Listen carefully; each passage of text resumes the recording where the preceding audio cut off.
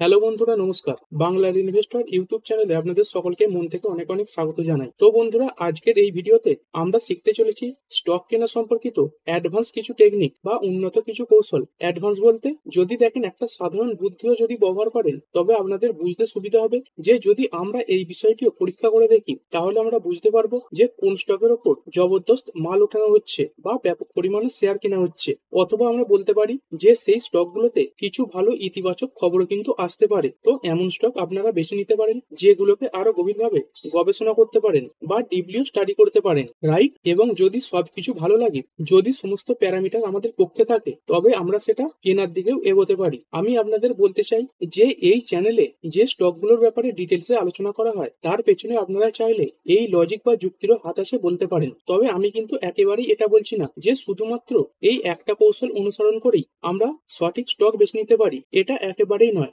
আপনাদেরকে বিভিন্ন কৌশলকে একত্রিত করে একসঙ্গে দেখতে হবে। তো চলুন দেখে নেওয়া যাক এখানে কোন কৌশলের কথা বলা হচ্ছে। আমি বলবো এটা একটা সাধারণ বুদ্ধির ব্যাপার বা কমন সেন্সের ব্যাপার বলতে পারেন। তবে এখানে সমস্যা একটাই, এই যে রিটেল ইনভেস্টররা রয়েছে তারা কিন্তু সাধারণ বুদ্ধির দিক থেকে ভাবতে চান না। তো একটা কাজ করি, ভিডিও শুরু করার আগে সবসময় যেটা করা উচিত, যদি প্রথমবার ভিডিওটি দেখে থাকেন তবে অবশ্যই চ্যানেলটি সাবস্ক্রাইব করে বেল আইকন প্রেস করে দেবেন, তাহলে এমন আকর্ষণীয় ভিডিও আপনারা এখানে নিয়মিত দেখতে পাবেন। তো বন্ধুরা, যেমনটা আমি আপনাদের বললাম, যে কোনো স্টক কিনতে হলে বিভিন্ন ধরনের স্ট্র্যাটেজি বা কৌশল আপনারা পেয়ে যাবেন। আর যত স্ট্র্যাটেজি রয়েছে সেগুলো আমি আপনাদের সবকিছুই আস্তে আস্তে বলে দেবো। এগুলো আমার অভিজ্ঞতা থেকে পাওয়া বা বলতে পারেন নিজের এক্সপিরিয়েন্স থেকে এগুলো আপনাদের সঙ্গে শেয়ার করছি, যে এই জিনিসগুলো যদি আমরা স্টাডি বা গবেষণার জন্য ব্যবহার করি তবে হয়তো আমরা ভালো ভালো স্টক খুঁজে পেতে পারি। তো বন্ধুরা, আপনারা সবাই জানেন আমি আপনাদের ইতিমধ্যেই একটা জবরদস্ত কৌশল বলে দিয়েছি, 7 প্যারামিটারের কৌশল। যে কোনো শেয়ার কেনার আগে সেই 7টি নিয়ম আমাদের দেখতে হয়। আর যদি আমরা গত শনিবারের কথা বলি তবে আমরা আরো একটা কৌশল আলোচনা করেছিলাম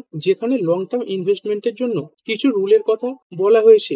আপনারা সেই ভিডিওটিও দেখতে পারেন এবং ডিপলি সেগুলোকে স্টাডি করে ফলো করতে পারেন। আর আজকের ভিডিওতে আমি আপনাদের আরেকটি কৌশল সম্পর্কেও বলবো, মানে এই সমস্ত কৌশল যা আমি আপনাদের এইমাত্র বললাম সেই সমস্ত কৌশল একটি নির্দিষ্ট স্টকের সাথে সম্পর্কিত করে আমরা যদি এখানে প্রয়োগ করে দেখি তাহলে কিন্তু সেখান থেকে ভালো ফলাফল পাওয়ার সম্ভাবনা অনেকটাই বেড়ে যায়। যদি আপনারা কোনো স্টকে এই ধরনের স্ট্র্যাটেজিগুলো একসঙ্গে দেখতে পেয়ে যান তাহলে আপনারা সেই স্টক কেনার দিকে এগোতে পারেন। তো আজকের কৌশলটা কি? এটা একটা অত্যন্ত সাধারণ বুদ্ধি বা কমন সেন্সের ব্যাপার বলতে পারেন।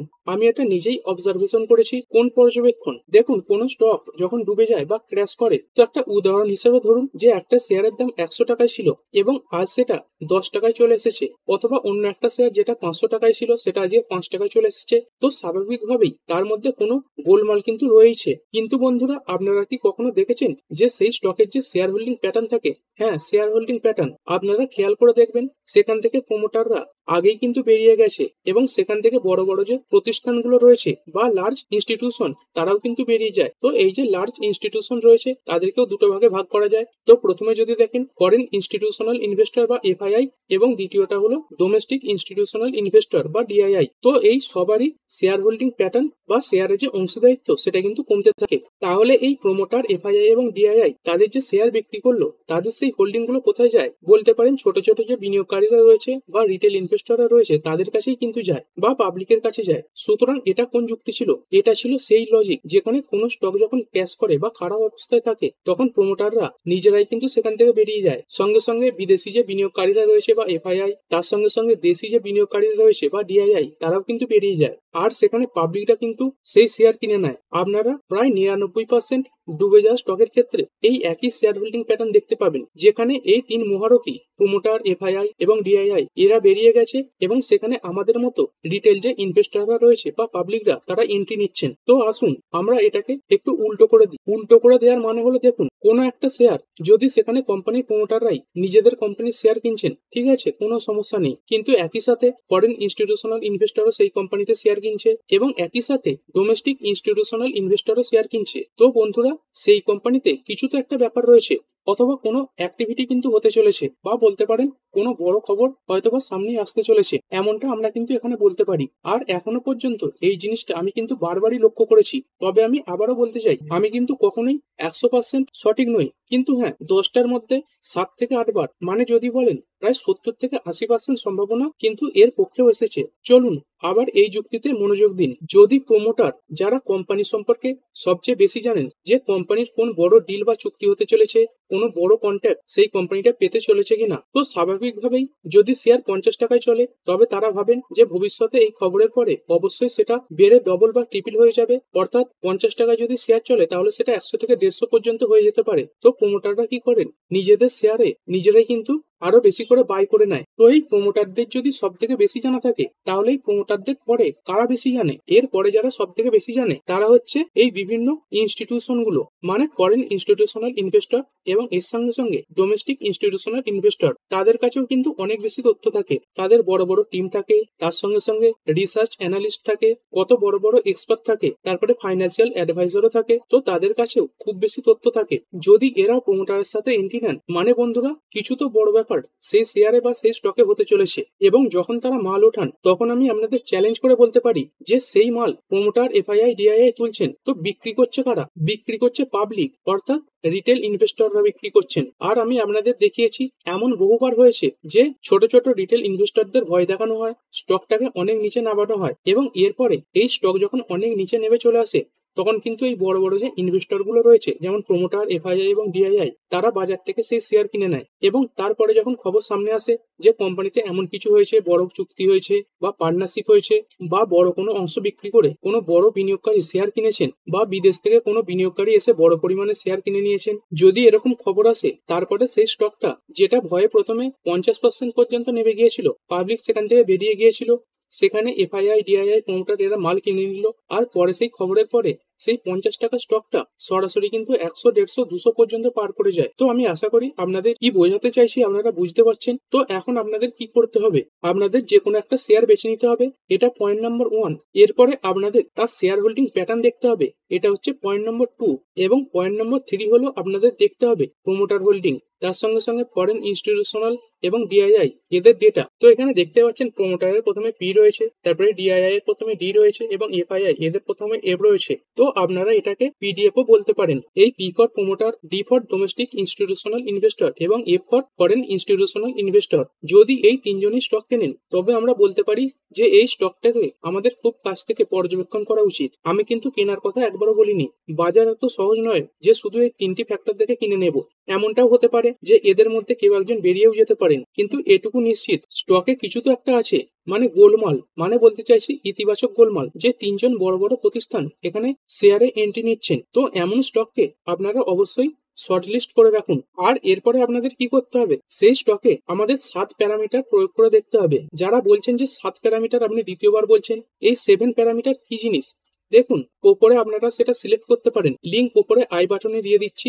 এরপর আপনারা সেই স্টকে সেই 7 প্যারামিটার প্রয়োগ করে দেখবেন এবং এর সঙ্গে সঙ্গে যদি আপনারা চান, আপনারা গত সপ্তাহের ভিডিওটি দেখেছেন, আর যদি না দেখে থাকেন অবশ্যই দেখে নেবেন। লং টার্ম ইনভেস্টমেন্টের জন্য 5টা গোল্ডেন টুল নিয়ে এই ভিডিওতে আলোচনা করেছি। আপনারা সেটার সাথেও সেই স্টকটাকে ক্রস জাজমেন্ট করতে পারেন। যদি এই সমস্ত কম্বিনেশন আপনারা কোন একটা স্টকে পান তবে আমি আপনাদের বলতে চাইবো আপনারা কিন্তু খুবই বিরল এইরকম স্টক খুঁজে পাবেন। আপনারা যদি 500 থেকে 1000 স্টক সার্চ করেন তবে তার মধ্যে একটা দুটো স্টকে কিন্তু খুব কষ্টে খুঁজে পাবেন। শোনাটা খুব সহজ মনে হয়, থিওরি খুবই ভালো লাগে, কিন্তু বাস্তবে করাটা খুবই কঠিন। তো এমন স্টক আপনারা অবশ্যই কিনতে পারেন, কারণ এখানে এই নিয়মগুলো প্রয়োগ হচ্ছে, সঙ্গে সঙ্গে 7 যে প্যারামিটার রয়েছে সেটাও প্রয়োগ হচ্ছে এবং এর সঙ্গে সঙ্গে আরো যদি কিছু ফ্যাক্টর থাকে, যদি কোম্পানির আরো ভালো কিছু জিনিস থাকে, যেমন কোম্পানিটা ফিউচার ওরিয়েন্টেড টাইপের হচ্ছে, আমি বারবার আপনাদের বলি যে কোম্পানির একটা ভিশন থাকা উচিত। আর এই সবকিছুর সাথে যদি পিটিএফ এই স্ট্র্যাটেজিতে মিলে যায় তবে আপনারা অবশ্যই এই সমস্ত স্টকগুলোকে কিনে চলতে পারেন। চলুন এখন আমি আপনাদের 3টি স্টকের একটি ডেমো দেখাতে চাই। এর মধ্যে প্রথম স্টকটির শেয়ার হোল্ডিং প্যাটার্ন আমি ওপেন করেছি। আপনারা যে কোনো ওয়েবসাইটে যেতে পারেন যেখানে এই শেয়ার হোল্ডিং প্যাটার্ন দেখা যায়। আবার বলছি, আমরা স্টকের নামের উপরে কিন্তু খুব বেশি জোর দিচ্ছি না, এটা কোনো সুপারিশ বা রেকমেন্ডেশন কিন্তু নয়, আমি শুধু আপনাদের উদাহরণ দেখাচ্ছি। দেখুন এখানে একটা স্টক নিয়ে নিয়েছি। এখানে দেখতে পাচ্ছেন বিভিন্ন কোয়ার্টারের সব নাম্বার দেওয়া রয়েছে। এই সেপ্টেম্বর 2023, ডিসেম্বর 2023, তারপরে দেখতে পাচ্ছেন জুন 2024 রয়েছে, মার্চ 2025, জুন 2025। তো প্রতি 3 মাস অন্তর অন্তর যেমন কোম্পানির রেজাল্ট পেশ হয়, তেমনি প্রতি 3 মাস অন্তর অন্তর কোম্পানির শেয়ার হোল্ডিং প্যাটার্নে যে পরিবর্তন হচ্ছে সেটাও কিন্তু আপডেট করা হয়। মানে প্রমোটার শেয়ার কিনলো কিনা, বা এফআইআই কিনলো কিনা, বা এদের মধ্যে কেউ বেচলো কিনা, সেটা কিন্তু প্রতি 3 মাস অন্তর অন্তর আপডেট হয়ে যায়। তো আপনারা যদি এখানে মনোযোগ সহকারে পর্যবেক্ষণ করেন, তবে আমি আপনাদের কিছু পয়েন্ট কিন্তু এখানে দেখাতে পারবো। তো বন্ধুরা, আপনারা এখানে যেমন দেখতে পাচ্ছেন, যেমনটা আমি বলেছি সেটা কিন্তু এখানে দেখা যাচ্ছে।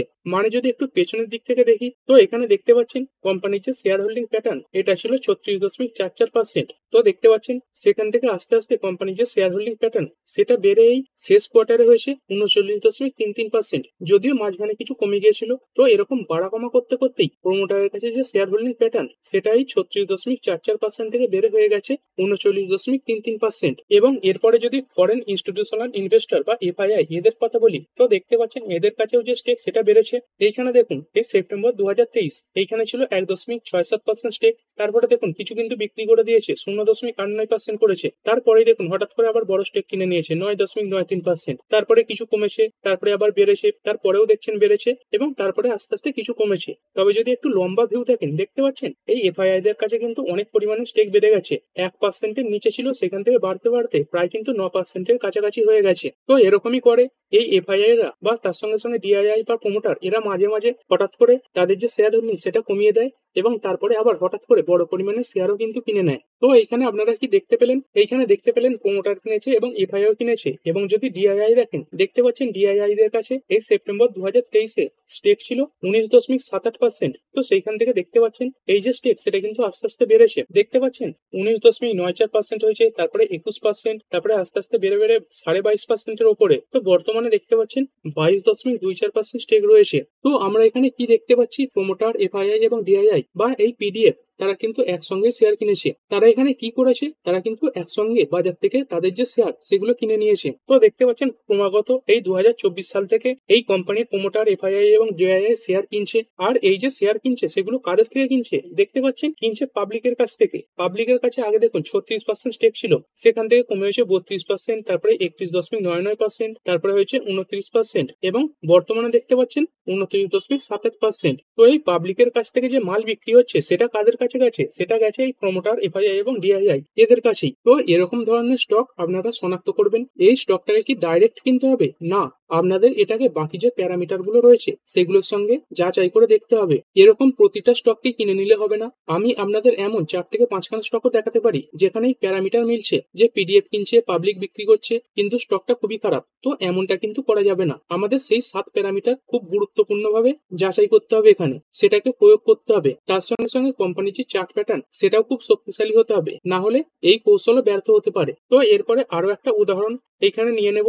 দেখতে পাচ্ছেন একটা কোম্পানি খুলে নিয়েছি। এইখানে দেখুন প্রমোটারের কাছে এই যে স্টেক সেটা কিন্তু একেবারেই ছিল না। দেখতে পাচ্ছেন প্রমোটারের কাছে 0.07% স্টেক ছিল, মানে ছিল নাই বলতে পারেন। তারপরে দেখুন আস্তে আস্তে এই যে জুন 2024 কোয়ার্টারে এই স্টেক কিছু বেড়েছে 0.42%, তারপরে দেখতে পাচ্ছেন 1.62% হয়েছে, এবং এই শেষ কোয়ার্টারে দেখুন বেড়ে হয়েছে 3.90%। এবং এর সঙ্গে সঙ্গে এফআইআই বা ফরেন ইনস্টিটিউশনাল ইনভেস্টর, যদি এদের কথা বলি, তো দেখতে পাচ্ছেন এদের কাছে আগে স্টেক ছিল 8.27%, তারপরে হয়েছে 8.48%, তারপরে বাড়তে বাড়তে 12.06%, 13.65%, এবং এই শেষ কোয়ার্টারে হয়েছে 15.97%। আর যদি আমরা ডিআইআই এদের কথা বলি, তো দেখতে পাচ্ছেন এই ডিআইআই এর কাছে আগে কোনো স্টেকই ছিল না। দেখতে পাচ্ছেন সবই কিন্তু শূন্য ছিল। তারপরে দেখতে পাচ্ছেন এই ডিসেম্বর 2024 কোয়ার্টারে এই ডিআইআই এর কাছে যে শেয়ার সেটা কিন্তু অনেকটা পরিমাণে বেড়েছে 4.24%, তারপরে কিছুটা কমেছে 4.22%, এবং তারপরে বেড়ে হয়েছে 4.25%। তো এখানে এই জিনিসটাই আমাদের শিখতে হবে।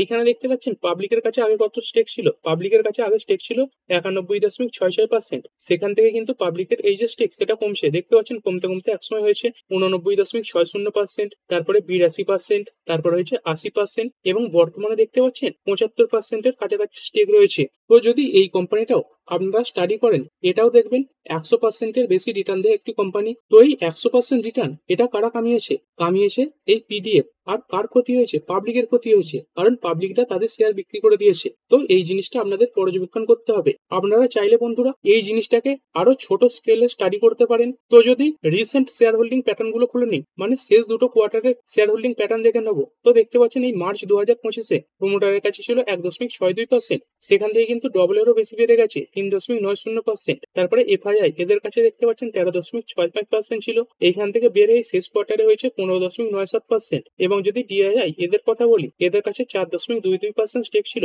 সেটা বেড়ে হয়েছে 4.25% স্টেক। তো দেখতে পেলেন সবারই যে শেয়ার হোল্ডিং সেগুলো বেড়েছে। তো এই জিনিসটা আরো একটু বেশি ফিল্ট্রেশন হলো। আর সব শেষটাতে আপনারা দেখতে পাচ্ছেন প্রমোটারের স্টেক ছিল 80.50%, সেখান থেকে কমে হয়েছে 75.44%। মানে এই কোম্পানিটাতেও ভবিষ্যতে অবশ্যই কিছু ভালো জিনিস হতে পারে, এটা কিন্তু সেই সংকেতই দিচ্ছে। এই মার্চ থেকে জুন পর্যন্ত এই এত শেয়ার কিন্তু এই প্রমোটার ডিআইআই এবং এফআইআই তুলে নিয়েছে। আর এটা কিন্তু একেবারেই কাকতালীয় নয়, কিছু তো অবশ্যই হতে পারে। দেখুন, আপনি এবার বলবেন যে এরকম কিছু স্টকের নাম বলে দিই। আমি যদি স্টকের নামও বলে দিই, তাতে কিন্তু সেরকম কোনো ফারাকও পড়বে না। আমি আবার বলছি, আপনাদের এখানে মেহনত করতে হবে, ঠিক আছে? যেমনটা আমরা বলি ঘোড়াকে জলের কাছে নিয়ে যাওয়া যায়, কিন্তু জল ঘোড়াকেই পান করতে হবে। আমি এত কিছু দেখানোর পরেও আপনাদের এই যে প্রচেষ্টা, সেটা কিন্তু নিজেদেরকেই করতে হবে। আমি আবার মনে করিয়ে দিচ্ছি, এমনটা কোনো কথা নয় যে এমনটা হয়ে গেল প্রমোটার ডিআইআই এফআইআই এরা কিনছে এই দেখে আপনি কিনে নিলেন, এরকমটা কিন্তু নয়। এরপরে সেই যে 7 প্যারামিটার সেটাও আপনাদের লাগাতে হবে, কোম্পানির ভিশন দেখতে হবে। এমনটা তো নয় যে কোম্পানির ব্যবসাই খারাপ হয়ে গেছে, এই জিনিসটাও আপনাদের এখানে যাচাই করতে হবে। তো এটা একটা উদাহরণ। চলুন এখন আমি আপনাদের শেষ আরেকটি স্টকের ডেমো দেখাতে চাই। দেখুন এখানে আমরা এসেছি, এখানে দেখতে পাচ্ছেন এই জুন 2024 কোয়ার্টার থেকে দেখবো। এইখানে দেখুন কোম্পানির প্রমোটারের কাছে 13.86% স্টেক ছিল, তারপরে দুটো কোয়ার্টারে সেরকম স্টেক বাড়েনি, এইখানে 13.86% থেকে বেড়ে হয়েছে 13.88%। তো দেখতে পাচ্ছেন সামান্য বেড়েছে, কিন্তু এখানেও কোটি টাকার কাছাকাছি শেয়ার কিন্তু প্রমোটার কিনেছে।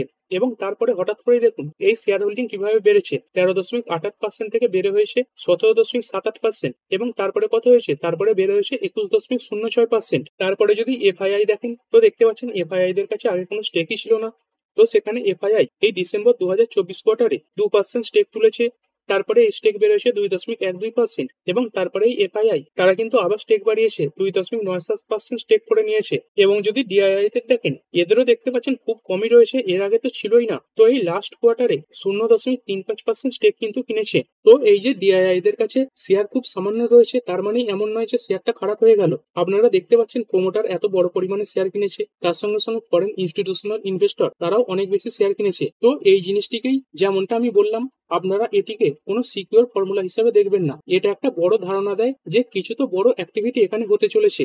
এবং এটাও one of the major parameter বলতে পারেন। এবং এই প্যারামিটারটা যদি আপনারা স্টক বাছাই করার আগে একবার চেক করতে পারেন, তবে অবশ্যই বাকি লোকেরাও কিন্তু আপনাদের জিজ্ঞাসা করবে যে কিভাবে আপনি স্টক বাছেন। কিন্তু যেমনটা আমি আপনাদের 7-8 বার আগেই বলেছি, এবং শেষে অবশ্যই আরো 1 থেকে 2 বার বলতে চাই, দয়া করে শুধুমাত্র এই পিডিএফ স্ট্র্যাটেজিকে ব্যবহার করে স্টক বাই করবেন না। ভালো স্টক বাছার কিছু স্ট্র্যাটেজির মধ্যে এই পিডিএফ স্ট্র্যাটেজি সেটা হচ্ছে একটা স্ট্র্যাটেজি, এবং এর সঙ্গে সঙ্গে আরো বাকি যে স্ট্র্যাটেজি গুলো রয়েছে সেগুলোকেও মিশিয়ে দেখতে হয়। তো যদি শুধু এই স্ট্র্যাটেজিকে ব্যবহার করে স্টক সিলেক্ট করেন, তবে আপনাদের যে শেয়ার সেটা ডুবেও যেতে পারে। আপনাদের দেখতে হবে যে স্টকটি ভালো কিনা। দেখুন, খুব কষ্টে এই সমস্ত জিনিস একসাথে একই ফ্রেমে দেখতে পাওয়া যায়, এটা কিন্তু খুবই কঠিন। আপনারা ভাবতে পারছেন যে প্রমোটার এফআইআই ডিআইআই তিনজনেই একসাথে কিনবে, এরকম স্টকের সংখ্যা তো খুব কমই হবে, তাই না? তো এমন স্টক শনাক্ত করা খুবই কঠিন। আর অন্তত বাকি আমাদের যে প্রধান কোর প্যারামিটার গুলো রয়েছে সেটার সাথে এটাকে যোগ করে সেই স্টকগুলোকে একসাথে দেখতে হবে। কিন্তু যেমনটা আমি আপনাদের বললাম, এই স্ট্র্যাটেজি খুব ভালোভাবে কাজও করতে পারে। তাই আপনারা যদি ভালোভাবে স্টক পিক করতে চান, গবেষণা করার জন্য, ওয়াচ লিস্ট তৈরি করার জন্য, তাহলে এই স্ট্র্যাটেজিটা ফলো করতে পারেন। চেষ্টা করুন, অবশ্যই ভালো ফল পাবেন। যদি মনে করেন যে এটা 100% সঠিক কৌশল, এমনটা কিন্তু নয়। শুধুমাত্র এই স্ট্র্যাটেজিকে কাজে লাগিয়ে লাভ করা যায় না, এর সঙ্গে বাকি যে স্ট্র্যাটেজিগুলো রয়েছে সেগুলোকে মিশিয়ে দেখতে হয়। তবে আপনারা যত বেশি প্র্যাকটিস করতে থাকবেন, আপনাদের ইন্টারপ্রিটেশন, আপনাদের এস্টিমেশন, আপনাদের প্রেডিকশন তত বেশি সফলতার দিকে এগিয়ে যাবে। আজ পর্যন্ত এই দুনিয়াতে 100% ভবিষ্যৎবাণী করা মানুষ এই স্টক মার্কেটে কিন্তু তৈরি হয়নি। ওয়ারেন বাফেটজিও বলেন যে কাল কি হবে আমি জানি না। তো আমি আশা করি